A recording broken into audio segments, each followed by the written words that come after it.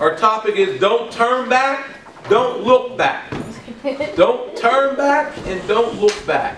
Because that can be a bad thing to do. It can cost you your Christian life. It can actually even cost you your earthly life, your physical life. So don't turn back, don't look back. Because when we're turning back, that means that we are turning back for something. We're turning back to be close to something. We're slowing down. We're yielding to something that we shouldn't be doing. And whenever I'm turning back, yielding for something back here, it's stopping me from moving forward where I need to go. So we can't turn back and we can't look back. And we got to understand, why do people turn back? Why do people look back? People turn back and look back because it's something that they desire. It's something that caught their eye. It's something that was pleasurable. How do we even get to a point where we know it's pleasurable and what's not pleasurable? No. Most of the time we learn that from other people. We learn that from what's in the media. No. We let the media determine what we think is a good car. No. We let the media determine what we think is a good music, or who we think is attractive, who we think is not attractive. A lot of times we are told what to value. We are shown what to value. So what I want to press upon you is, if you're not looking at things that you shouldn't be looking at, if you're not turning back and looking at these worldly television shows, or listening to worldly songs, or being around worldly individuals, you won't have to be set off course. But if you keep your eyes on Jesus, where it needs to be, not backwards, not looking back at the past life, not looking back into sin, but looking into Jesus and looking at all the opportunities and all the blessings that's in front of us, we won't get consumed by the devil.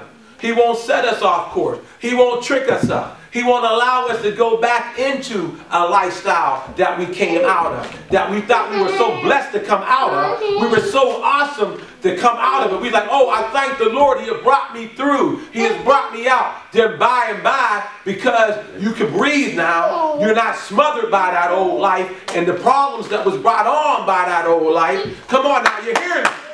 Come on. Come on, you hear me? And you're not consumed. You're no longer smothered by it. And somehow you happen to look back now. You look back at what you thought was pleasurable back then. Right? Because you can breathe now. You're not consumed by all the consequences and the struggle. And then you get caught back up in it again. But if we don't look back and we don't look at the things of the world, we don't know what we're missing. Somebody, if they've never seen a phone before, a cell phone before, they're not going to want a cell phone.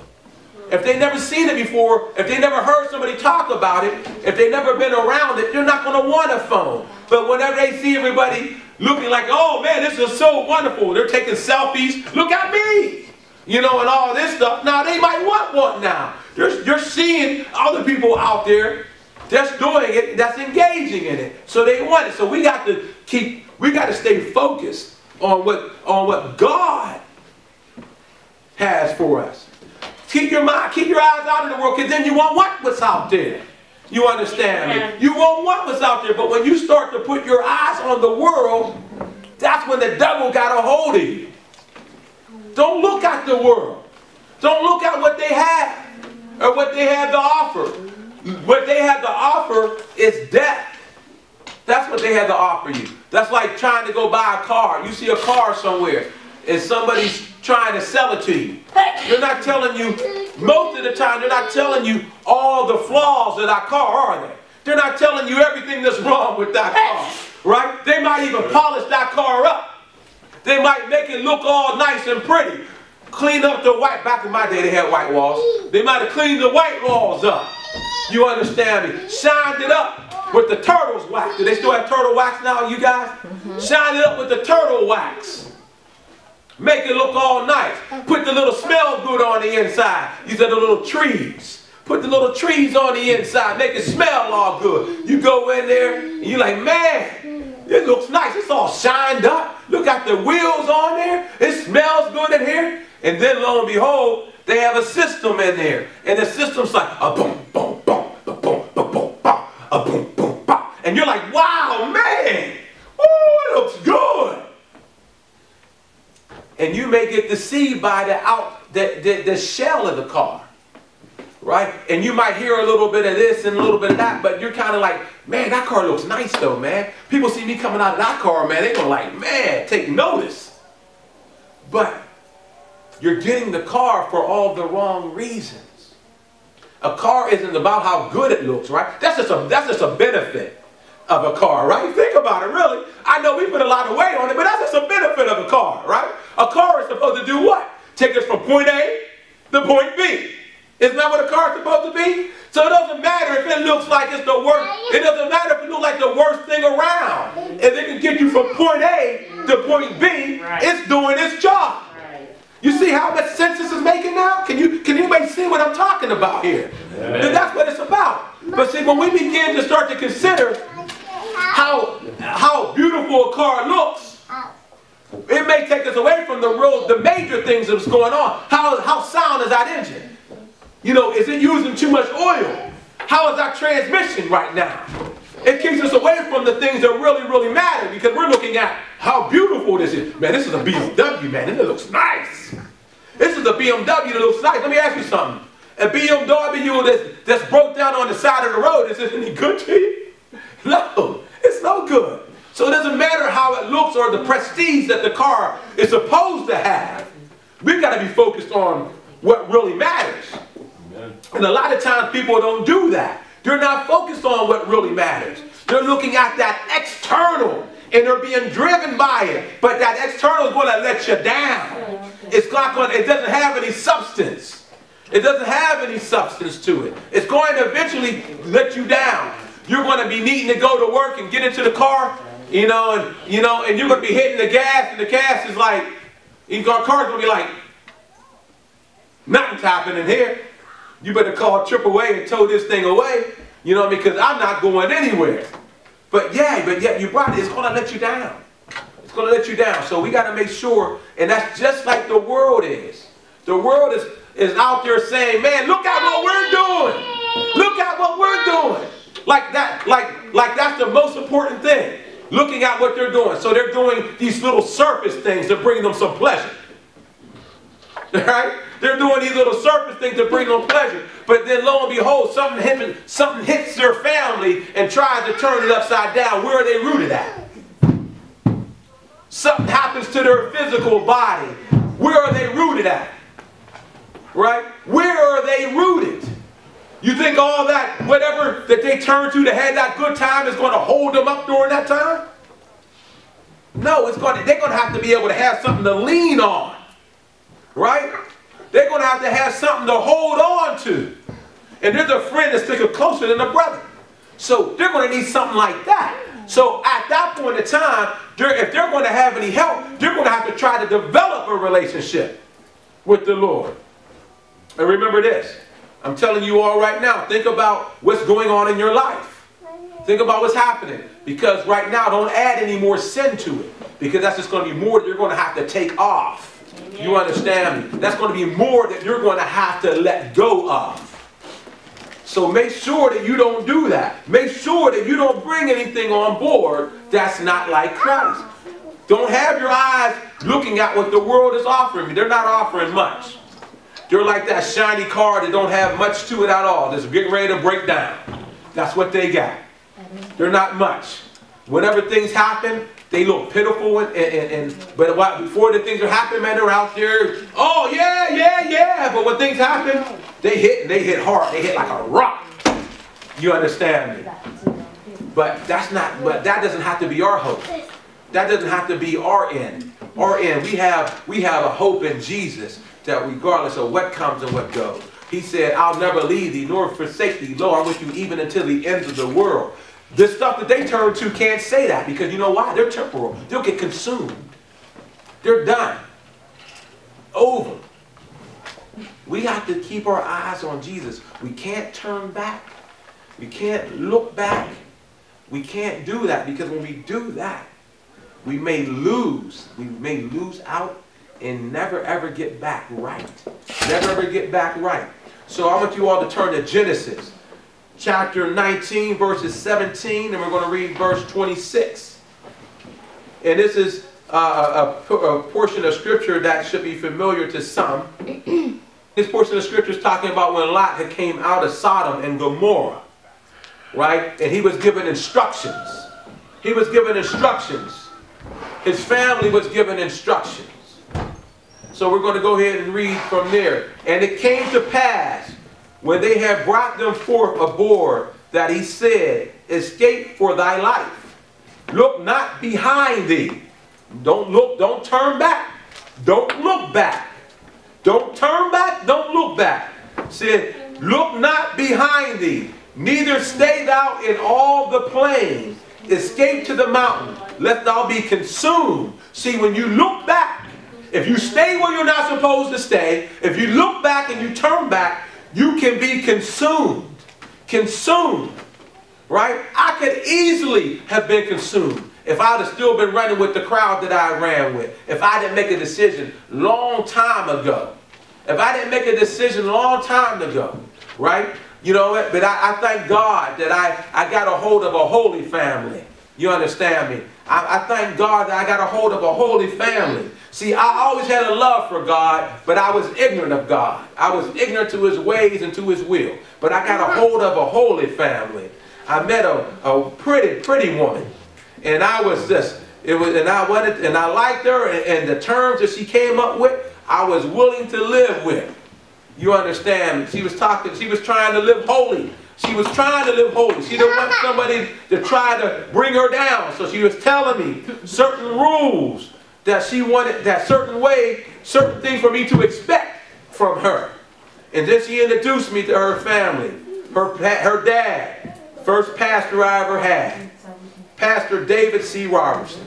Good man of God, could teach the word, know the word. I was just telling my wife not too long ago that you could just sit in his sermons. Never open the Bible in your life. Just sit in his sermons and you're going to learn that word of God.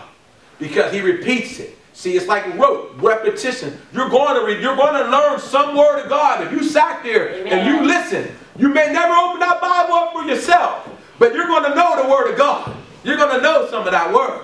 So I thank God that I met a holy family. Because if I would have stayed with the friends that I've had, could have been dead, could be in jail. I could be in a bad way right now. Right? Because some of my friends, their lifestyles weren't too good. And even the ones that actually I had better lifestyles, they weren't walking with the Lord. You understand me? So some of them was doing some bad things. And some of them that wasn't doing as bad as things still weren't walking with the Lord. So I still would, their walking with them would have still never wound me up to the Lord. In other words, you understand me? So I thank God for that. So it says that, you know, don't look back, don't look behind thee, right? And it says, neither stay thou in all the plains. You can't stay in what's around you. You can't stay around you. You can't stay in this because it's going to bother you. It's going to take you over. You cannot be around this. Have you ever heard of the term friendly fire sometimes? Sometimes you're just in a bad area and things happen bad to you because you're in a bad area. You understand? You can't stay around nonsense. You can't stay around mess. You can't be in mess. You can't turn back and say, oh man, I wonder what you're doing back there now, because you may get consumed and go back into it. You have to break off from it. You understand? You got to break off from it. You can't, this is like cancer. You can't say, you know what, I'm just going to keep a little bit of cancer. You got to cut that thing out. You understand me? You got to move on and forget, like the scripture said, First Lady used to sing it, forgetting those things which are behind me, looking forward to those things which are before me. I press towards the prize for the, I press towards the prize for the high calling. You understand me? And that's what it's about. You got to break off of that nonsense. That's dead weight keeping you down. You got to keep moving on in order to make it. Because you'll be consumed otherwise. You'll be consumed. Let's read on. Let's go to verse 26. But his wife looked back from behind him. She looked back. She looked back. See, this is a prime example. You can't look back. You can't go back. You understand? You got to keep moving forward if you're going to win. If you're going to be successful, you got to leave that old life behind you and look towards the new life that's in front of you. But she looked back. She looked behind her, right? But his wife looked back from behind him, and she became a pillar of salt. She was consumed. She looked back. It told him and his family, don't look back. Don't look back. Straight ahead. This is where we're going. There's nothing back here. There's nothing back there. What I'm looking back for. There's nothing back there. Nothing back there. Straight ahead. Straight ahead. Right? All right. So you can't look back. We got to move in the right direction. Now, you got to be around the right folks. You got to listen to what the Lord is telling you. You can't go back into sin. You can't think about that, oh, well, you know what? Oh, man, I was told this, but I'm going to do this anyway. You know, you have to be moving forward. You got to move forward in the Lord. You have to move forward in the Lord. You have to take godly counsel. You got to look at those who walk before you. You got to look at those who are more mature in the Word of God than you, and you got to do it the way that God tells you to do it. Now, we're going to read Ezra. Ezra 9, chapter 9, verses 1 and 10. I'm sorry, excuse me. Ezra chapter 9, we're going to go verse 1, then we're going to go 10 through 12.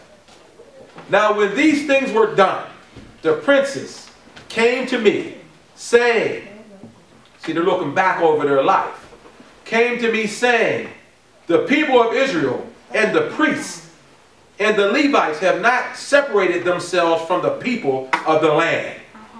You cannot stay where you are. You cannot say, I'm a child of God and I'm going to walk with anybody. You can't say, I'm a child of God and I can go anywhere I want to go. You cannot do that. You will be consumed. You will be eating up. And then pretty soon, there's not going to be anything different between you and them if you survive. If you survive. So he said that they haven't separated themselves from the people of the land. They haven't separated themselves, doing according to their abominations. See what that means? They're going in with them. They got one over. They're doing according to the people of the land, doing their abominations. Even of the Canaanites, the Hittites, the Perizzites, and the Jebusites, and the Amorites, and the Moabites, and the Egyptians, and the Amorites. And now, oh God, our God. Now listen to this. And now, oh our God, what shall we say after this? What can they say? What can they say? What can they say? Because you're going to learn something here. And now, oh our God, what shall we say after this?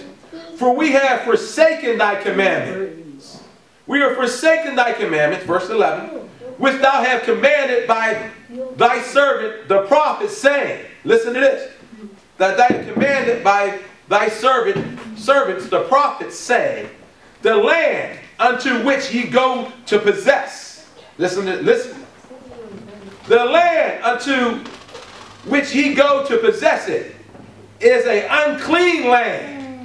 Is an unclean land with the filthiness of the people of the land, of the lands, with their abominations, which have filled it from one end to the other with their uncleanness. Verse 12. Now, therefore, give not your daughters unto their sons, neither take their daughters unto your sons, nor seek their peace. Listen to me. Nor seek their peace or their wealth. You don't want what they got. We don't want it. It's going to defile us. You understand me? It's going to do us in. You understand me? I don't want what they got. Right? And I don't want to them. You understand me? And my sons and daughters, they got to be holy. They got to become righteous because they're going to be consumed if they don't. They're going to be blended. They're not going to stand for what they should be standing for. You understand me? Get it and get it right. Take it in your soul. You understand me? Amen. Don't separate. Don't settle. You separate yourself. Act like you're royalty. You're a royal priesthood, a holy nation. You understand me? You treat yourself like such. If you understand, get on your feet and get some praise. Hallelujah. Hallelujah. Hallelujah. You understand me? Get it right and get it right now. Get it right and get it right now. Get it right.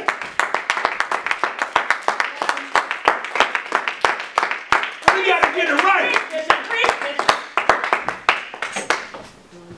Like I said, she brought me in. And I didn't come kicking and screaming. You understand? I didn't know some things. Some things naturally you're going to question. But I didn't come kicking and screaming. And look at where I'm at now. You understand me? I didn't know this. I didn't know this word of God like this. I didn't know it. Absolutely did not know it. But I know it now. I can instruct others now. I know it. I got it. Thy word have I hid in my heart, that I might not sin against you. You understand me? I got it now. So we got to make sure that we keep pressing. We don't look back. Let's just dig into this again.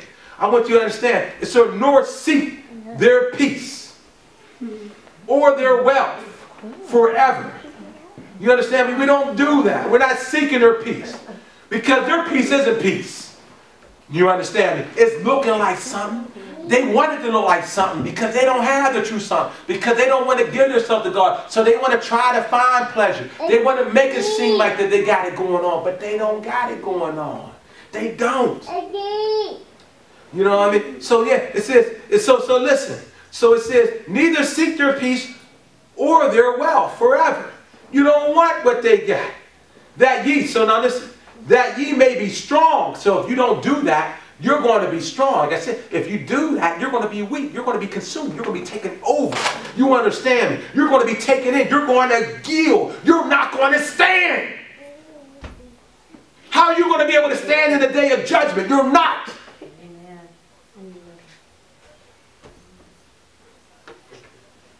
That you may be strong. That you may be strong and eat.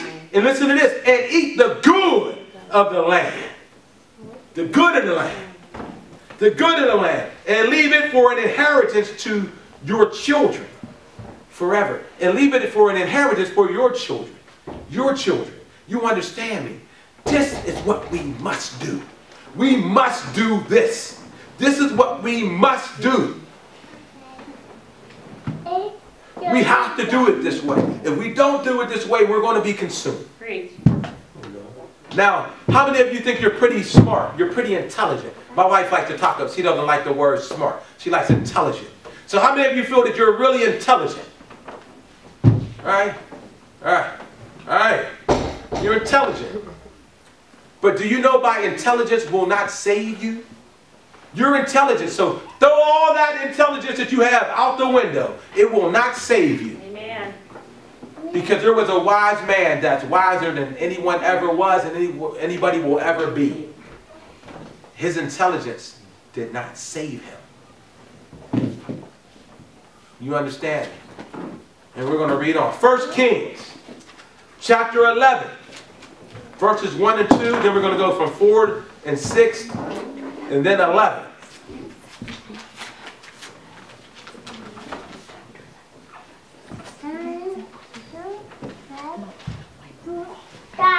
All right.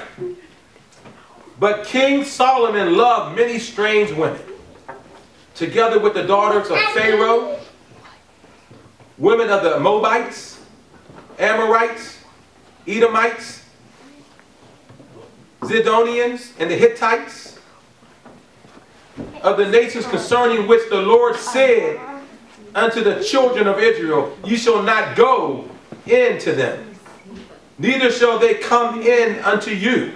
For surely they will, see, listen to this. For surely they will turn away your heart after their gods. After their God. You'll start wanting to do what they want to do. You'll start liking the things that they like. Preach. You understand me? After their gods. And his heart, see, listen to this. And his heart was not perfect with the Lord his God. Did you hear this? No, I'm sorry. I skipped a little bit. I'm going to make sure you catch this. Turn away their hearts from their God. So Solomon clave unto these in love. For it came to pass, when Solomon was old, that his wives turned away. Hold on. Come on. Who got that? Read that. Stand up and read that strong for me. Who got that? So we said we had some intelligent folks in here, didn't we? Somebody who got that? Somebody got it? Yes. All right, that's 1 Kings chapter 11. And that would be at verse 4. Anybody have it? Yes. Nobody have it? Yes. When you got it, read it loud.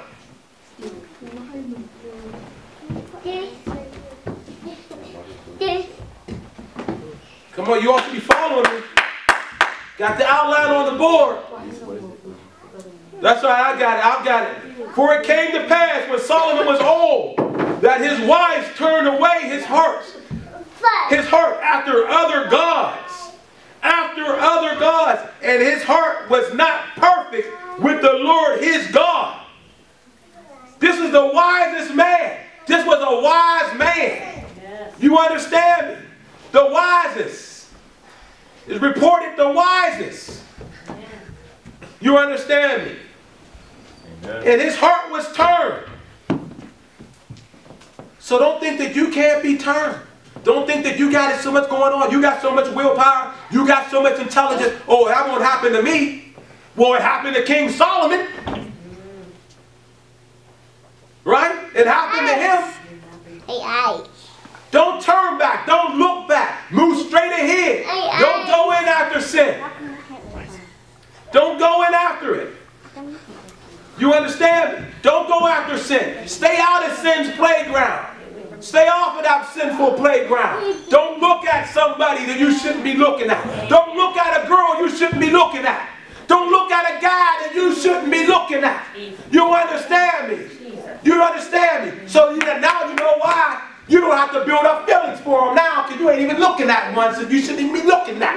You understand me? Preach. You understand me? Remember I talked about a while time ago, no casual dating? Well, here it goes. Right? Here it goes. Preach, Bishop. Come on now. Come on. Get it right. Right? Get it right. So you don't do that. So now you don't build up these feelings and emotions that you got to get rid of and let go. Because I ain't looking at you. Oh, you're not holy? You're not for me. Oh, you're not righteous? You're not for me. I ain't trying to get you. I don't care how good you look, because how good you look over a period of time, it's bringing me a whole lot of hundreds and thousands of other problems. You understand me? Delilah looked beautiful too to Samson, didn't she? You understand me? But there become problems along the way. Yes. You understand me?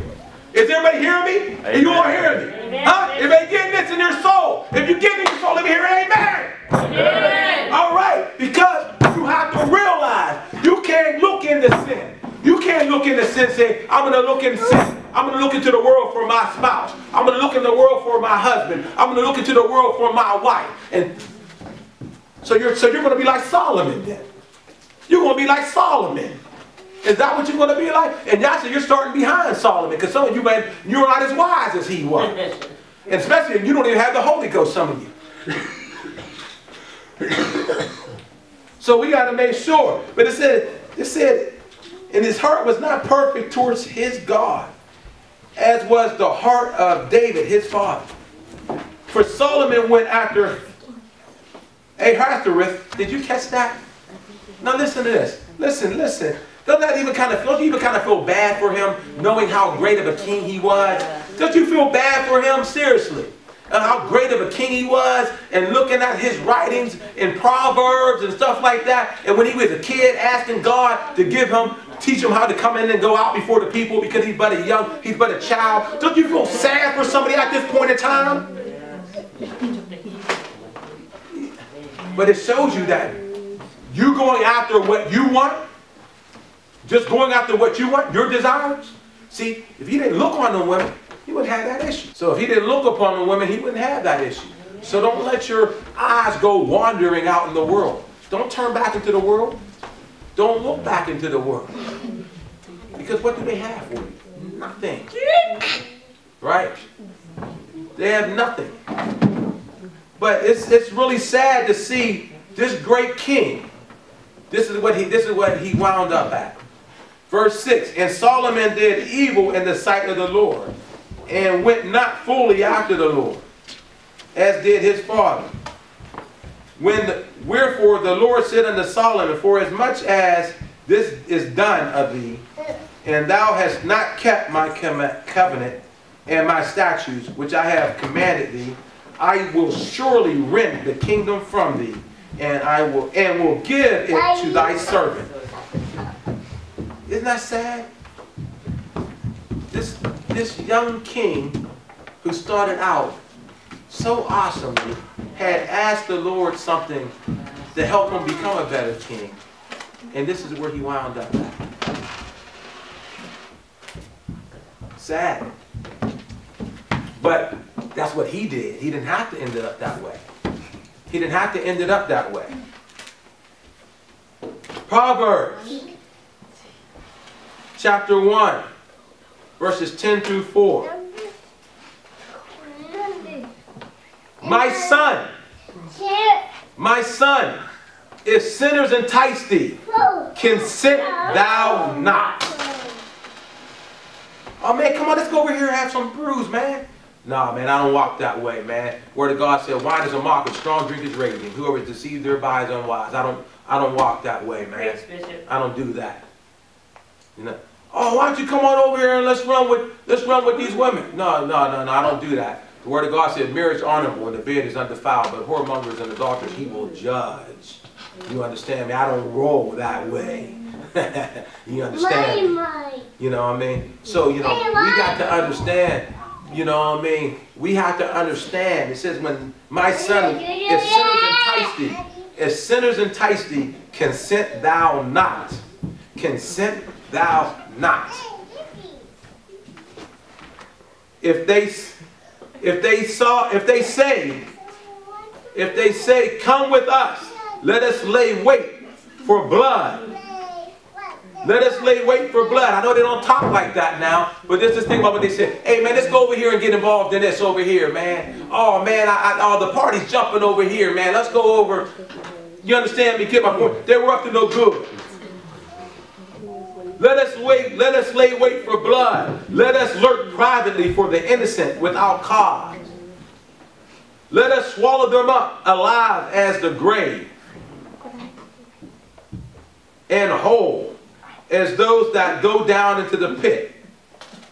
See, they were up to no good. They were up to no good. They were trying to run a game on somebody. They were trying to take advantage of somebody. Right? They were up to no good. So when you hear somebody trying to ask you to get involved in something, to get you involved in no good. My son, when sinners entice thee, consent thou not. Consent thou not. Consent thou not. Verse 13. We shall find all precious substances. We shall fill our houses with spoil. Cast in thy lot among us. Let us go. Let us all have one purse. You understand me? That's them. But see, but their end's not going to be good. You understand me? God's going to have his way with them. So it may sound good for somebody to say, oh, what? Oh, man, you mean to tell me they carry a lot of money on them? And we can go ahead and ambush them? They won't have any knowledge of what we're doing? Oh, man. Oh, you mean to tell me I can scheme and I can finagle, I can hack into something and get something? You know, and they won't even know about it. Come on now. My son, when sinners entice thee, consent thou not. consent thou not. Because when we do it the way of God, when we do it His way, then we don't have to be consumed. We don't have to be consumed by the world. You know, we don't have to be that. We don't have to be consumed by the world. We can go ahead and expect to see God in peace when He said, well done, my faithful servant. Enter into my rest. We don't want to hear Him say, depart from me, you worker of iniquity. I never knew you. We don't want to hear them words. We want to hear, well done. Enter into my rest. That's what we want to hear. Amen. But in order to do that, we have to do it His way. You know, I mean, see, a lot of times this world is strange. I'm telling you, it's strange now. They act like that everything should be fair game. Nobody should be wrong. Don't judge me. Don't do this and don't do that and the other. And they're completely false. They're completely wrong. When God calls for a certain way of living, He calls for a certain way of living. You know, they may not agree with it, but they're not God. So they're going to either accept God on His terms, or they're going to see Him at the end of life, and He will say, He will do what He does for people who don't follow His will. Depart from me, you worker of iniquity. But if we want to see Him, we want to see Him in peace, we got to realize that He does call for a certain way of living. He does call for a certain walk, a certain talk. He does do that. You know, He requires holiness. He requires righteousness, right? And that's what He requires. He's a holy God, right? And He requires His people to be thou holy. Be thou holy. Be thou perfect as thy Father in heaven is perfect. He requires something from us. He requires a way of living from us. He does require that. In I think it's Romans 12:1. It's 12:1 or 10:1. But it says, I beseech you, brethren, by the mercies of God, that you present your body a living sacrifice, holy, acceptable unto God, which is your reasonable service. I think it's 12:1, which is your reasonable service. You understand me? I beseech you, therefore, brethren, by the mercies of God, that present your body a living sacrifice, holy, acceptable unto God, which is your reasonable service. He requires something from us. But people are like, oh, you know what? Oh, He can take me as I am. That's not what His word. I don't know what word you're reading, but that's not the word of God that I see. Because if that's the word of God I see, I wouldn't be living the way I'm living right now. You understand me? He requires a certain way. You just can't do what you want to do and think that, oh, well, I'm going to be accepted with God. But I'm going to tell you this. We can serve God in the beauty of holiness and enjoy holiness and holy living, because holy living is tremendous. Holy living is phenomenal. And it doesn't have to take back seat to nothing that the world has to offer. Nothing. So I want you all to remember that. Hold to God. Hold to God's unchanging hand. He's not going to change for me. He's not going to change for you. But He tells us the life that we must live. The life that we have to have in order to make it in.